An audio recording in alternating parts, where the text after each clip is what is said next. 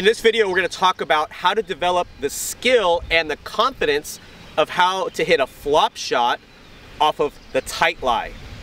So I've get so many questions on, you know, it's really tight and it's sticky, it's firm, it's this, it's that, but ultimately it's cut real low and there's not much room under the ball.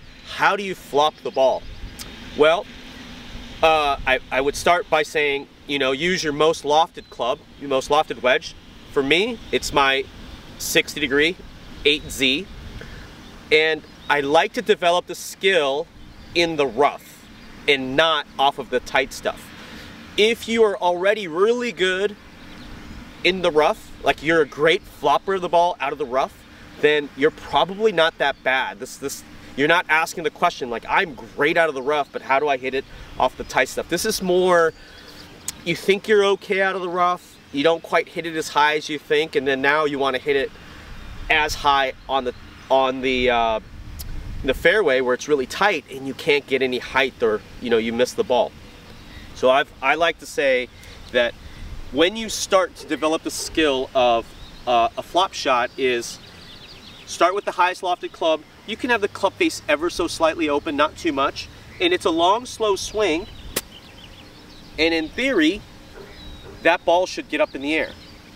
And with a little bit of practice, you'll start to understand how to slide the club under the ball out of the rough, which is really key. You've got to feel, what does it feel like to slide the club under the ball without cutting across it? That's a whole nother video, but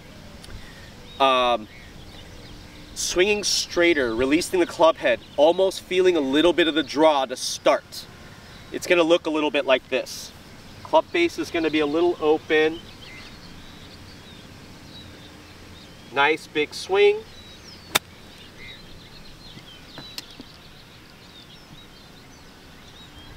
Pretty good shot there.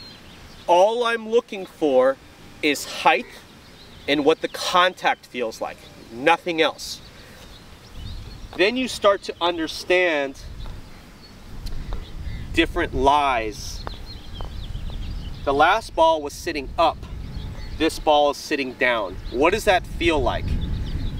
You have to say, okay, you have to start to determine, is it a good lie out of the rough or is it a poor lie out of the rough? A poor lie out of the rough is where the ball's sitting way down.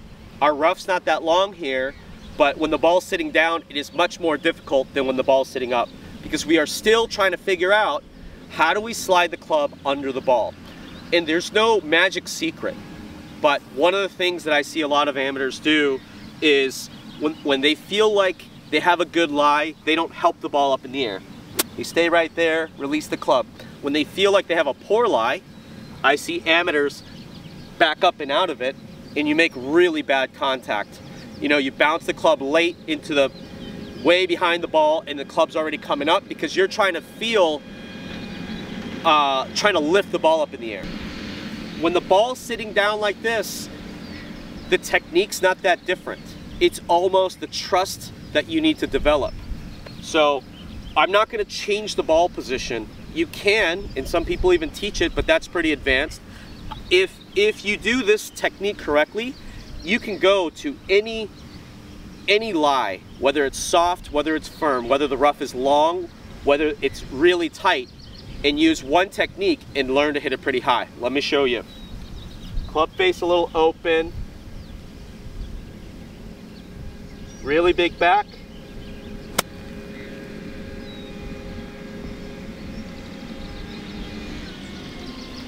Pretty big through. That ball got up in the air nicely, but I want you to take a look at this, of what it took.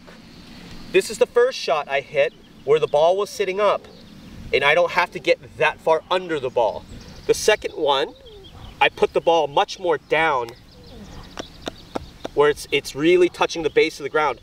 And if you look, I even took a divot here. You can kind of see that I took a divot. That is absolutely necessary. There's no way around it. So when someone says, oh, if you take a divot, you're not using the bounce, well, you know what? When the ball's sitting down and you don't take a divot, it's impossible to hit the ball high. I'd love to see that. I haven't seen that yet.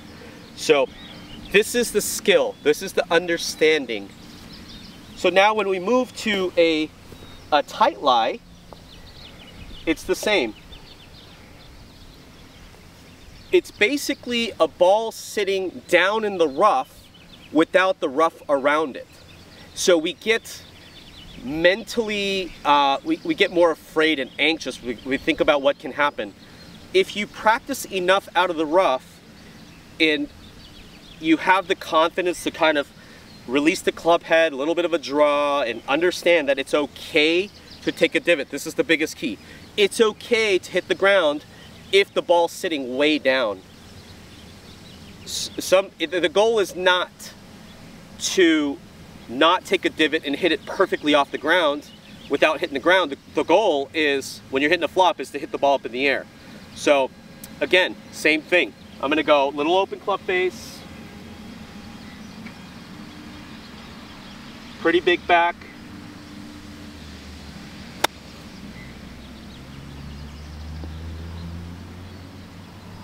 and come look.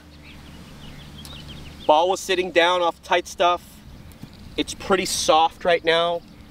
I took a divot, the ball got straight up in the air and advanced forward the way I wanted it to. But the key is, I'm not afraid of the club hitting the ground, and kind of understanding that. When you develop the skill and you hit enough shots, you'll start to know the difference between, is it easier if it's long rough, short rough? Is it easier if it's really firm or really wet? When you're flopping the ball, when it's really wet, very, very wet, it's difficult, because the way we use the club to slide the club under the ball, or kind of trying to bounce the club into the ground as we get the ball up in the air, and the firmer it is, you can kind of be more aggressive with the impact and the strike, and really kind of bounce the club under the ball. When it's wet, you try to throw it under the ball, it'll go into the ground. So it takes time and effort to really learn the different lies. And I've always said this about spinners and flops and bunker shots. The technique is not very difficult.